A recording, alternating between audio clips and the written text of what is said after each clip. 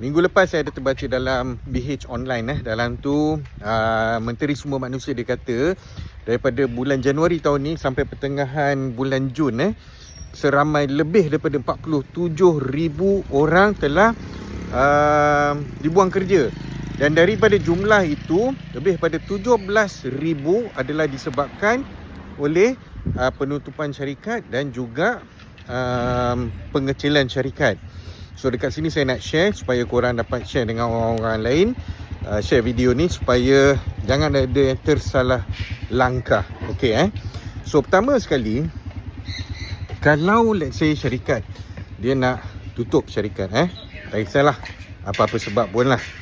Lepas tu dia cakap dekat korang kena resign, tulis surat berhenti kerja.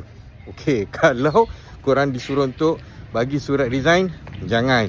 Sebab kalau korang bagi surat resign, maknanya korang yang nak berhenti secara sukarela. Kalau korang berhenti secara sukarela, tak boleh dapat EIS. Dan kalau awak layak dapat faedah penambatan kerja pun, korang takkan dapat sebab korang berhenti secara sukarela. So pastikan jangan bagi surat resign. Biar syarikat yang keluarkan surat penambatan kerja. Okey?